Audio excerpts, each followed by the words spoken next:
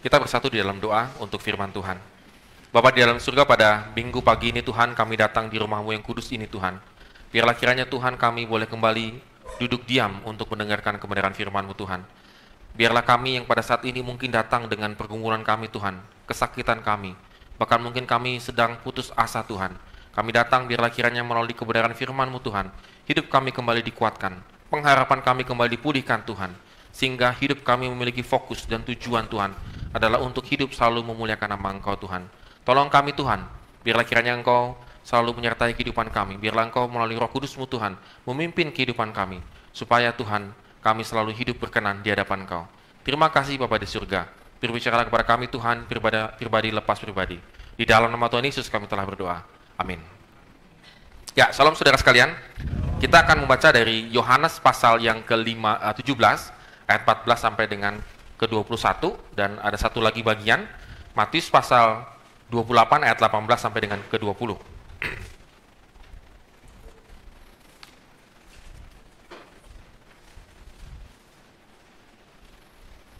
Terlebih dahulu kita akan baca Yohanes pasal 17 ayat 14 sampai dengan yang ke-21.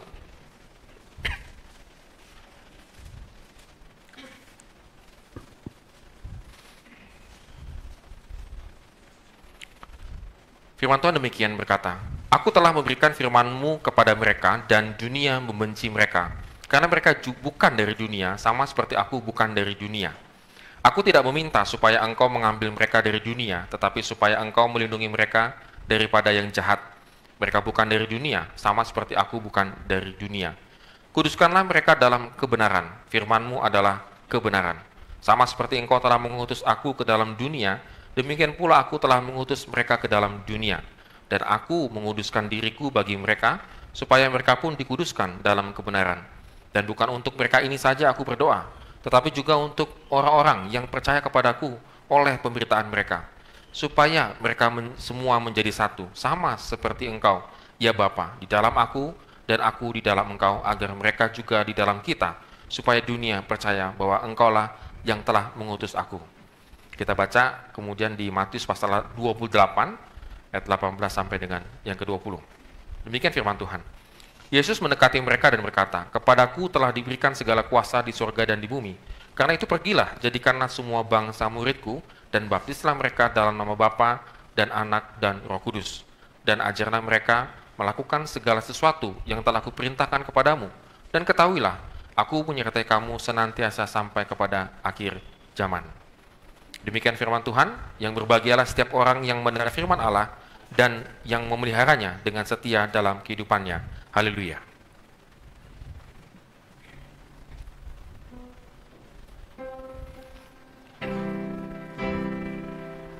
Haleluya. Haleluya.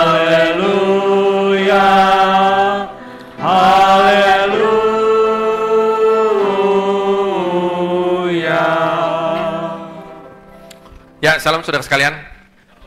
Senang boleh berada kembali di sini gitu ya, di Kartini gitu. Nah, saudara sekalian, hari ini kita akan membahas satu tema, seperti Bapa mengutus aku. Saudara, kalau kita boleh jujur dalam kehidupan kita ya, kita itu adalah orang-orang yang boleh dikatakan selalu ingin berada dalam zona nyaman. Secara manusia, secara natural kita, kemanusiaan kita, saudara sekalian, kita akan mencari tempat-tempat yang aman bagi kita. Baik itu aman dari segi keamanan, baik itu aman dari segi kenyamanan dan seterusnya. Itu kita, saudara sekalian. Misalnya saudara mencari rumah. Pasti saudara dari sekian banyak pilihan-pilihan yang ada dalam perumahan-perumahan yang baru, saudara, pasti akan saudara mengatakan, ini sepertinya yang paling aman dan nyaman buat saya dan keluarga saya. Lalu kemudian saudara sekalian, secara natural manusia, saudara, kita secara tidak sadar akan mendekat dengan yang sefrekuensi. Nah, kalau bahasa sekarang gitu ya, yang sefrekuensi. Saudara nanti akan ngobrol dengan orang-orang yang sefrekuensi dengan saudara sekalian. Itu secara magnetik, kayak ada magnet begitu. Saya cocok dengan dia kalau ngobrol, karena kita satu profesi. Saya cocok dengan dia kalau ngobrol, karena kita memang punya sama-sama dagang. Saya dan seterusnya gitu ya, satu suku lah, satu bahasa dan seterusnya. Saudara, itu secara natural, kita sefrekuensi. Kita akan ngobrol dan kita akan mendekat satu dengan yang lainnya. Bukan berarti Kalau tidak dekat dengan yang lain, kita musuhan. Enggak ya, saudara sekalian, enggak demikian ya pemikirannya. Jadi tidak mengherankan kalau di gereja kita seperti tanda petik ada kayak grup-grupnya. Kalau saya sih nggak masalah. Kenapa? Ya naturalnya begitu. Tidak bisa dipaksakan. Kamu harus akrab dengan dia, kamu harus akrab. Kecuali majelis ya, itu nasib namanya ya. Jadi majelis nggak ada cerita, oh enggak saya mau akrab sama, ya nggak bisa, gitu melayani semuanya. Nah itu nasibnya majelis, saudara sekalian ya. Makanya rambutnya pada putih-putih semua, saudara. Stres dia ya. Karena nggak sefrekuensi, dipaksa ngobrol gitu, dia pusing. Saudara sekalian ya. Tapi nanti kalau yang jadi majelis jangan mundur ya, ini kan tak lagi ada pemilihan ya. Enggak, saudara sekalian ini. Jangan langsung mundur. Ya itu natural kita, it's okay. Tidak masalah, bukan dosa, saudara, kalau kita cari yang sefrekuensi dan kita. Dan memang, saudara sekalian, secara natural juga, zona sefrekuensi, zona artinya wilayah yang sefrekuensi dan kita, itu membuat kita menjadi maksimal. Pasti, saudara sekalian, bagi saudara yang satu profesi akan mendapatkan input yang banyak. Oh, ternyata begini. Sebagai pemain drum, gitar, dan piano, misalnya gitu ya, berteman dengan yang satu komunitas dengan dia, ya dia akan mendapatkan input, masukan-masukan yang luar biasa. Saudara, itu kita, saudara sekalian. Artinya kita dalam kehidupan kita, day by day kita, hari lepas hari kita, itu demikian. Dan itu it's okay, saudara sekalian. Bukan berarti kita menjadi eksklusif ya. Tidak, saudara. Tetapi kita memang secara natural, kita ingin mengembangkan diri, maka kita mencari yang sefrekuensi dengan kita. Namun saudara sekalian, pada teks hari ini, agak sedikit berbeda. Boleh dikatakan demikian. Agak sedikit berbeda bahasanya Tuhan Yesus. Terutama nanti kalau kita lihat di Yohanes. Ternyata Tuhan Yesus memiliki pemikiran bahwa Tuhan itu mengutus. Saudara, kata mengutus itu sangat sederhana sekali sebenarnya. Kata mengutus itu berarti kita dilepaskan dari tadi komunitas kita, lalu kita dikirim ke satu tempat yang lain. Nah, saudara, di sini pengertian daripada kata pengutus. Jadi bukan diutus di kelompokmu, bukan, saudara sekalian ya. Bukan diutus di zona nyamanmu, tidak, saudara. Mungkin lebih daripada itu. Bukan diutus di Kartini, enggak. Dilepaskan dari Kartini, misalnya begitu ya, engkau diutus ke tempat yang lain, satu zona yang mungkin kita tidak tahu apa dan bagaimana terjadinya di sana. Nah, saudara, Tuhan pun mengerti, karena mengutus itu bukan hal yang gampang. Mengutus itu bukan orang-orang yang gampangan, tanda petik seperti itu ya. Maka Tuhan itu sebenarnya sudah mempersiapkan. Kita bisa lihat di ayat yang ke-14 dikatakan, orang yang telah mendengarkan firman, maka dia akan diutus oleh Tuhan. Di ayat ke-14. Jadi saudara, kenapa kita bisa merasakan ada utusan dari Tuhan? Kenapa kita bisa bergerak dari zona nyaman kita, saudara sekalian? Karena kita mendengarkan firman Tuhan dan kita merasakan Tuhan mengutus saya untuk melayani. Tuhan mengutus saya untuk menjadi majelis, menjadi pemain musik dan seterusnya. Saudara, itu kenapa? Karena ada gerakan itu muncul ketika kita mendengarkan firman Tuhan, saudara. Saudara, tidak mungkin tiba-tiba saudara menjadi dari jemaat baru, tiba-tiba saya mau dong minggu depan mau main drum gitu ya. Saudara, nggak mungkin, saudara. Karena sudah tahu, saudara, menjadi pelayan Tuhan itu tidak gampang. Itu sebuah utusan. Dan utusan itu artinya bisa kita diutus itu karena ada satu gerakan, saudara, ketika mendengarkan firman Tuhan. Saudara, kenapa saya mau menjadi hamba Tuhan? Kelas 3 SMA, bagi teman-teman yang masih remaja. Kelas 3 SMA, saya gereja di GKI, saudara. Saudara, gereja di GKI itu ngantuk, saudara. Ngantuk beneran.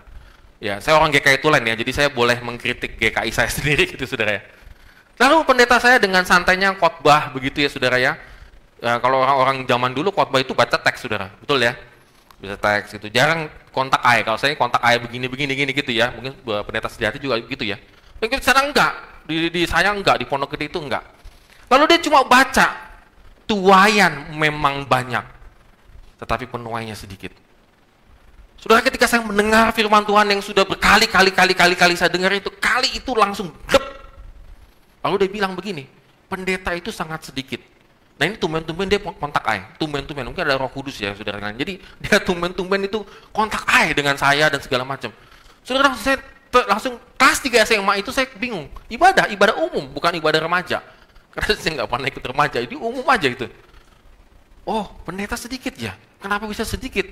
Karena memang orang tidak ada yang mau tergerak untuk melayani ladang Tuhan. Saudara, sesimpel itu saya mengambil komitmen, saudara. Jadi saudara sekalian, kalau saudara yang pada saat ini melayani Tuhan, baik itu majelis dan seterusnya. Kalau engkau tergeraknya bukan karena mendengarkan firman Tuhan, saudara, kita kadang-kadang bisa menjadi patah arang di tengah jalan. Saudara, saya berkali-kali pengen berhenti melayani Tuhan, menjadi seorang pendeta ataupun rohaniawan, saudara. Tetapi kembali lagi saya listening lagi, saudara. Saya kembali lagi ingat, saya mendengar suara Tuhan itu yang dibicarakan melalui firman Tuhan. Maka saya kembali lagi dikuatkan. Nah, saudara, powerful kita tuh di situ, saudara. Kenapa saya tidak berhenti melayani sampai detik ini dengan berbagai macam tantangan yang saya hadapi? Begitu juga dengan hamba Tuhan yang lainnya, begitu, saudara. Karena starting kita itu panggilannya ketika saya mendengarkan firman Tuhan. Saudara, yang kedua adalah orang yang dikuduskan, telah dikuduskan dalam kebenaran, ayat 17 dan ayat ke-20 di Yohanes. Jadi saudara sekalian, benar-benar ketika saya mendengar itu firman Tuhan, maka hidup saya belajar menjadi kudus. Hidup saya belajar untuk mengikuti jalan Tuhan. Bagi saudara sekalian yang mendengarkan firman Tuhan pada hari ini, dan minggu lalu dan seterusnya, praktekkan firman Tuhan itu. Jangan hanya listening, jangan kita hanya amazed, kita hanya kagum sementara, bagus benar itu firman Tuhan. Habis itu selesai. Kita searching di Google, di YouTube, segala macam, pengkhotbah, kutipan-kutipan ya, di TikTok segala macam kan, kutipan-kutipan, keren banget nih. Oke, keren. Tapi pertanyaannya, apakah Anda lakukan? Nggak jadi kekudusan dalam hidup kita, nggak menjadi the truth dalam kehidupan kita, menjadi kebenaran, saudara sekalian. Jadi ketika kita diutus oleh Tuhan, orang yang diutus oleh Tuhan itu, hidupnya itu dikuduskan. Artinya dia mengalami proses, day by day. Enggak langsung serta-merta kudus, saudara. Sampai detik ini saya juga nggak merasa saya yang paling suci, bersih, enggak. Tapi masuk ke dalam satu proses untuk hidup kudus, belajar untuk hidup kudus. Saudara, ada progresnya. Kalau namanya learning, itu progres. Kita jangan ngomongin perusahaan, dagang kalau nggak ada keuntungan aja kita ngamuk-ngamuk gitu ya. Pertanyaan sederhana, apakah engkau sudah hidup kudus di dalam Tuhan? Kenapa nggak ngamuk-ngamuk? Kalau kita berbuat dosa nggak hidup kudus di dalam Tuhan, kita nggak ngamuk-ngamuk, tapi giliran kita nggak cuan, marah-marahnya sebulan. Saudara sekalian, itu udah kebalik-kebalik kan pola pikir kita. Nah, Tuhan mengatakan orang yang telah dikuduskan dalam kebenaran, dia hidup di dalam kebenaran, dia mencoba menghidupi kebenaran firman Tuhan, mengampuni, menerima, dan seterusnya, saudara. Itu diterima, kita harus menghidupi, hidup di dalam kebenaran itu. Maka ketika kita sudah di-prepare oleh Tuhan untuk hal ini, maka kita diutus, saudara sekalian, kemana? Ke dalam dunia, into the world. Masuk ke dalam dunia ini. Tapi, saudara, ada tapinya, dunia membenci mereka. Saudara, ketika kita sudah mendengarkan firman Tuhan, ketika kita belajar untuk hidup benar, kita masih hidup di dalam dunia ini, tetapi ingat saudara sekalian, orang-orang di sekitarmu itu membenci engkau. Nggak suka melihat orang yang hidupnya kudus. Nggak suka melihat orang yang hidupnya lurus. Nggak bisa diajak untuk belak-belok, nggak bisa diajak untuk bengkok. Saudara, kalau engkau menghadapi hal itu, bersyukurlah bahwa engkau memang diutus untuk itu. Bukan menjadi kompromi. Cincailah, begitu ya. Sekali ini aja lah bonnya lah, Ci, tolonglah, gitu ya. Ya ini bon kosong ambil sana, ya gitu kan. Pura-pura aja gua nggak tahu. Ya sama aja itu kompromi, selesai. Saudara, ketika engkau dibenci teman-teman sekantormu karena engkau tidak mau dibelak-belokkan segala macam, bersyukurlah. Bukan ketakutan nanti dipecat, dilaporin ke bos dan segala macam. Oh, enggak, saudara sekalian. Bagi Anda yang berdagang, saudara, Anda yang businessman, hidup di dalam kekudusan. Benar-benar hidup dalam kekudusan.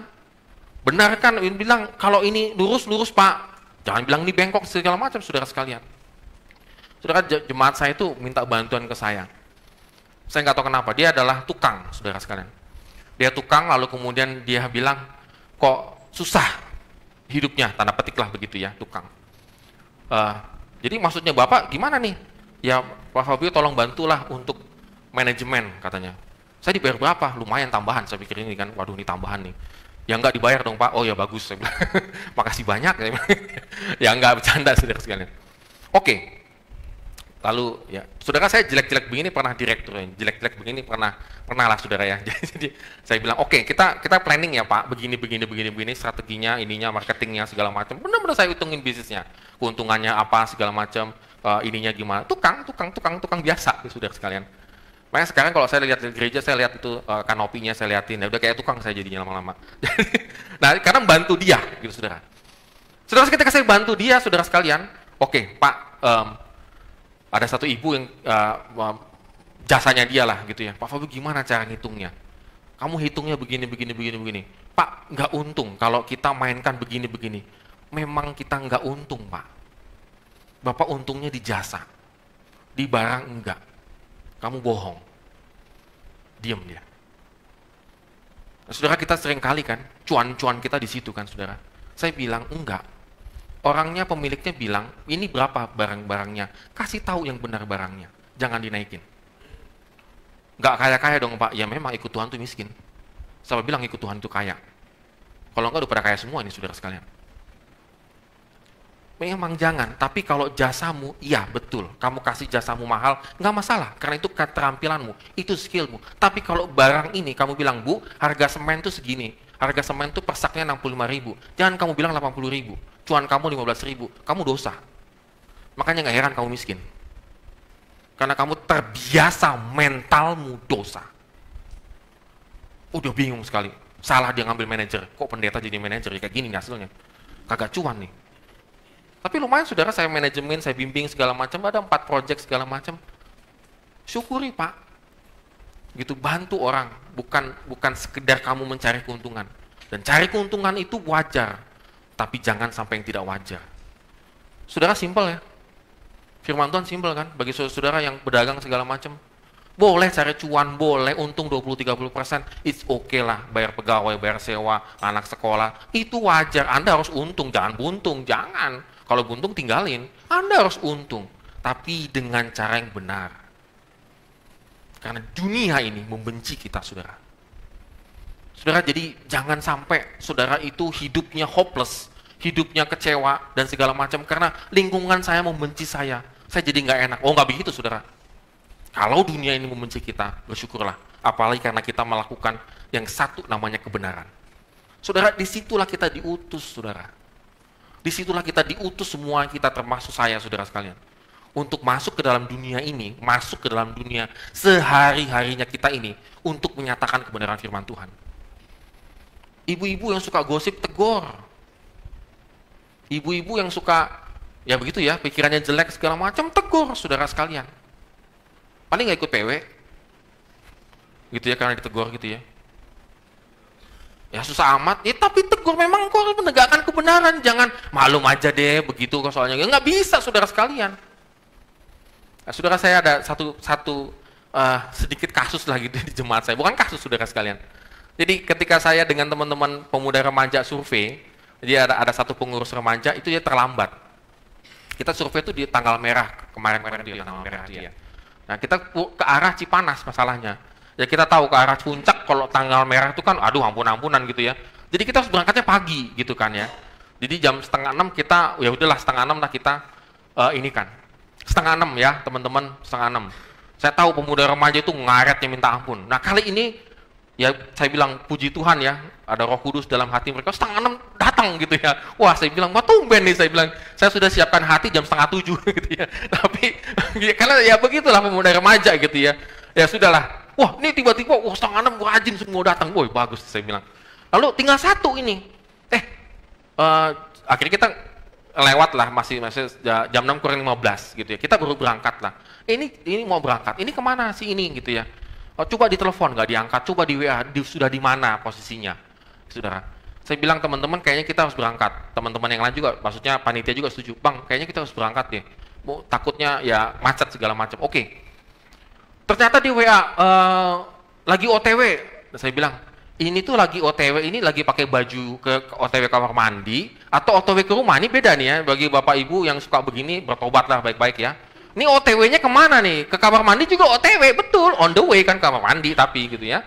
Jadi jam 6 kurang itu gitu kan, tolong ditungguin di sini. Jadi saudara, kalau dari perhitungan waktu yang kita tempuh adalah Dia tuh kayaknya masih di rumah lah istilahnya gitu ya. Baru lah dia jam berapa itu baru nyampe di sekitaran gereja, enggak di gereja, sekitaran gereja. Akhirnya teman-teman semuanya memutuskan untuk meninggalkan dia. Maaf ya, kita kejar waktu, titik. Karena kita sudah berkali-kali ngomong 5:30 on time, 5:30 on time. Kita tinggalkan gitu ya. Yang marah siapa? Maknya. Nggak sabaran, jadi pendeta nggak sabaran, apa segala macam. Pulang nong, majelisnya di WA-in satu-satu, di teror satu-satu gitu kan. Pak Fabi ada apa? Emang ada apa, Bu? Saya bilang gitu kan. Begini, saya nomornya di blok, sampai sekarang di blok. Majelis ada majelis yang nggak ada hubungannya di blok gitu kan. Apa hubungannya sama ibu ya? Saya bingung kok di blok semua ya. Saya bilang itu di blok apa gini. Agak-agak orang ini ya bilang gitu ya. Ya kalau sama saya di blog itu ya sudahlah, resiko pendeta lah, pokoknya segala sesuatu salah aja di pendeta gitu ya. Resiko jabatan gitu, pokoknya everything salah. Nah, majelis sama ya, makanya putih-putih semua majelis. Sama pokoknya apapun salah, majelis pokoknya salah, nggak mau tahu gitu ya di blog. Jadi kita waktu rapat majelis kita ketawa-ketawa aja gitu ya saudara. Udahlah Pak, diperlakukan agak istimewa. Oke, saya setuju. Tapi esensi kebenarannya jangan dipelintir. Esensi telatnya, esensi salah telatnya, jangan kau balik-balik, saudara. Paham ya? Kita rendah hati, menenangkan dia, boleh. Tetapi esensinya, the truth-nya itu, kalau engkau pelintir, selesai. Oh iya, kami salah. Nih, kebiasaan orang Indonesia ya. Majelisnya datang, supaya nggak atestasi keluar. Iya, kami yang salah. Siapa yang salah? Hati-hati, dunia membenci kita. Karena jemaat saya lagi menjadi dunia, setan, tanda petik itu yang jadi pikirannya pikiran dunia. Oh iya, saya yang salah. Salah di mananya? Siapa yang salah? Nah, saudara berani bilang, ibu salah. Atau anak ibu salah. Anaknya ini minta maaf ke kita, maksudnya ke panitia, teman-teman, sorry ya. Anaknya nggak masalah. Lalu dengan kerenan hati saya bilang, saya WA suaminya, Pak, mohon maaf, kemarin kita salah komunikasi. Saya tidak membenarkan perbuatan dia. Saya bilang kita salah komunikasi. Boleh dong, salah komunikasi. Kita bilang miskom lah, saya bilang. Karena tungguan nggak jelas itu kita bilang miskom. Tapi saya tidak membenarkan perbuatan, maksudnya perbuatan anaknya itu. Anaknya sudah ngaku salah. Dan itu oke, anaknya nggak masalah. Saudara, hati-hati saudara. Kadang-kadang kita memelintir kebenaran hanya untuk merangkul, saudara. Enggak. Saudara, ini statement firman Tuhan jelas sekali. Dunia membenci. Pikiran-pikiran dunia akan membenci pikiran-pikiran kudus, saudara. Ya saudara sekalian, saya bilang iya juga ya. Teman-teman panitia itu udah gimana-gimana, saya bilang kalian nggak salah. Saya bilang. Tapi kalau kita rendah hati, merangkul boleh. Datang, kita ngobrolin.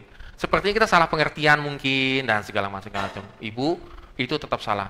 Bapaknya saya WA, bapaknya langsung ngomong gini, Pak Pendeta, nggak ada apa-apa Pak Pendeta, biarin saya itu anak saya belajar on time. Nah, bapaknya nggak masalah. Nah saudara, itu menjadi pergumulan kita, saudara-saudara. Kita masuk ke dalam dunia yang modelnya seperti itu. Jangan sampai kebenaran itu dibolak-balik, saudara sekalian. Lalu kemudian, saudara sekalian, pengutusan yang dilakukan oleh Tuhan Yesus kepada kita, itu adalah ada satu perlengkapan, yaitu Tuhan melindungi dari yang jahat. Ayat yang ke-15, saudara sekalian. Tuhan benar-benar melindungi kita dari yang jahat. Saudara, jangan khawatir ketika kita berani untuk menyatakan kebenaran dengan bijaksana, saudara sekalian. Itu kita nggak usah khawatir. Tuhan itu melindungi kita, saudara. Mungkin kita akan dibenci. Kalau engkau dibenci, ya sudah dibenci, saudara sekalian. Kalau engkau dijauhi, ya sudah dijauhi, saudara sekalian. Jangan malu dengan kebenaran itu, saudara. Kita kadang-kadang lebih malu dengan orang lain daripada malu dengan firman Tuhan. Saudara, jangan demikian. Percayalah, Tuhan melindungi kita, saudara. Dia dengan segala berbagai macam cara akan melindungi kita daripada yang jahat. Lalu kemudian, saudara sekalian, ketika kita diutus oleh Tuhan, kita sebenarnya menjadi satu dengan Bapa.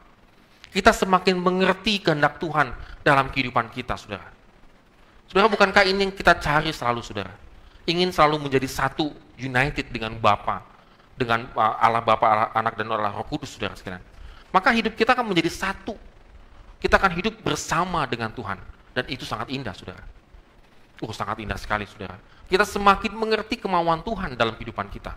Semakin paham dan semakin paham.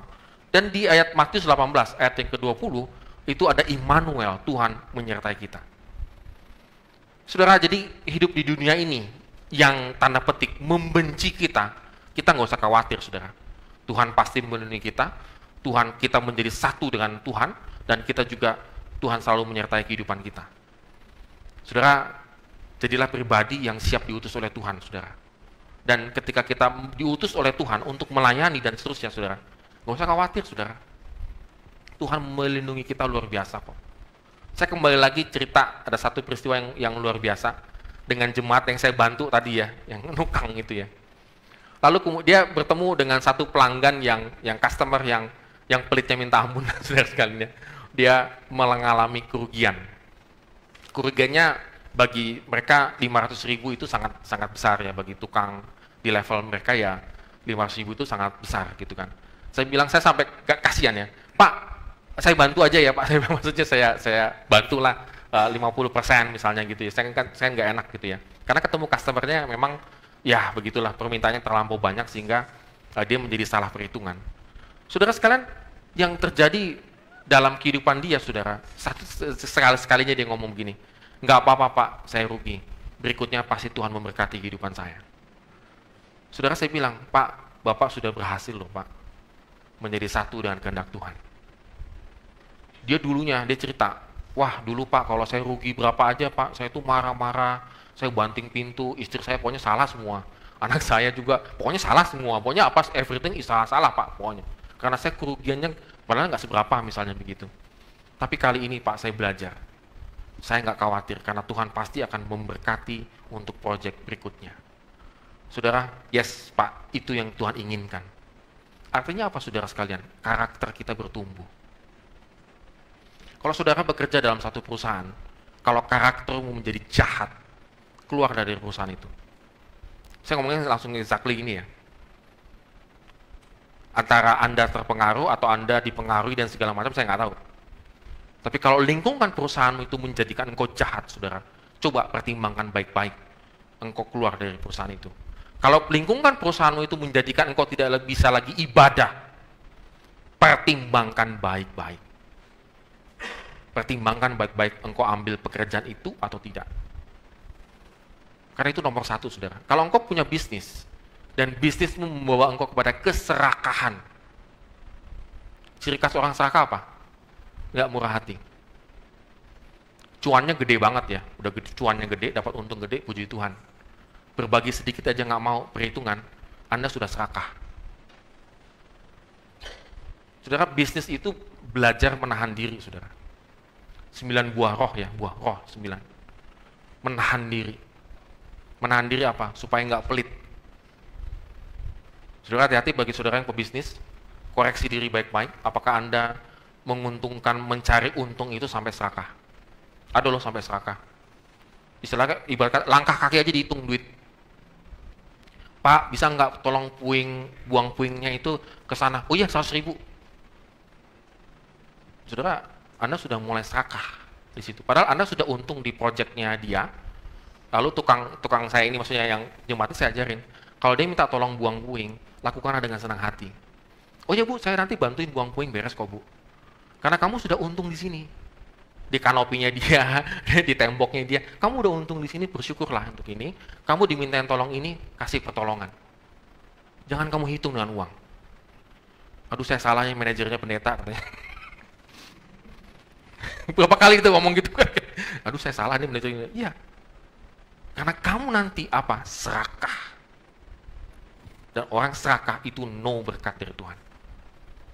Karena nggak percaya Tuhan melindungi, Tuhan nggak percaya Tuhan menyertai, dia nggak percaya bahwa Tuhan itu akan selalu memberkati kehidupan dia, saudara. Saudara, itu tantangan kita, saudara. Supaya apa, saudara? Sederhana. Supaya dunia percaya. Dia jemaat saya ini, saudara sekalian, nggak apa, ini sampelnya jemaat saya daripada Bapak Ibu ya, ini saya nggak pulang nanti ya, saudara. Jemaat saya masuk ke rumah begitu ya, ke rumahnya gitu ya, langsung ke rumah customer gitu ya, saudara sekalian, dengan gayanya agama sebelah gitu ya, maksudnya ya mengucapkan salam-salamnya dia. Saya bilang, Bapak malu jadi orang Kristen? Saya bilang gitu. Pak, jangan lupa sholat misalnya gitu ya. Iya Bu. Lah, Bapak ngomong kalau Bapak itu, saudara, itu anak kecil. Kamu malu ya? saya sampai tegur loh itu di hari Minggu. Bapak tuh malu ya? Ini kalau malu, ini kita katekisasi ulang nih Pak. Saya bilang, katekisasi ulang nih, saya bilang ini. Ini gimana nih? Sampai jati dirimu pun sama dengan dunia. Ya enggak dong, saya bilang. Kecuali Anda pejabat, nah itu pejabat wajib menyebutkan salam ini, salam itu, iya. Lalu pejabat apaan, saya bilang. Ya, saudara sekalian itu. Akhirnya pelanggan customernya tahu, oh Bapak Kristen, gereja di mana? Saksikan. Oh kalau orang jadi tukang orang Kristen tuh beda ya. Pekerjaannya rapi, dimintain tolong oke, nggak hitung-hitungan yang bagaimana-bagaimana, bahkan hitungannya pun detail, hitungannya sekian Bu, bahan-bahan yang dipakai, harganya sekian, semuanya terbuka, jujur. Saya nyaman loh dengan Bapak. Paham ya saudara? Supaya dan melalui pekerjaan kita itu menjadi kesaksian. Kita enggak, muka udah jutek. Beli apa? Nanya-nanya aja, nggak usah beli. Jaga toko begitu ya susah lah saudara sekalian. Gimana sih Inci ini? Gak usah dilayani. Lah kenapa Bu? Nanya-nanya doang tuh nggak beli. Lah, ya ini. Nah ya ini. Udah stop berkat. Engkau menutup berkatmu sendiri dengan karaktermu. Nah, saudara, yang terjadi ketika jemaat saya yang tukang ini saudara, dengan cara yang dia berubah sesuai dengan firman Tuhan saudara. Oh blessing banget hidupnya sekarang. Ada aja. Saya tetap ajaran, saya tetap bimbing, saudara. Rubah. Karena kita tuh diutus ke dalam dunia untuk different. Bukan untuk the same, sama dengan dunia. Bukan. Untuk different. Supaya apa? Supaya dunia itu percaya bahwa engkau adalah anak-anak Allah yang hidup. Amin, saudara? Kita berdoa. Ya Tuhan, terima kasih pada hari ini Tuhan, kami kembali diingatkan bagaimana kehidupan kami sebagai orang percaya Tuhan adalah selalu memuliakan nama Engkau. Tolong kami Tuhan, kami diutus Tuhan dalam pekerjaan kami, usaha kami, di sekolah kami, di tempat dimanapun kami berada Tuhan. Engkau telah mengutus kami. Tolong kami Tuhan supaya kami menjadi saksi yang baik Tuhan, sehingga nama-Mu Tuhan dimuliakan dan dunia percaya bahwa Engkau adalah Tuhan Allah kami yang hidup. Terima kasih Tuhan Yesus. Di dalam nama Tuhan Yesus kami telah berdoa. Amin.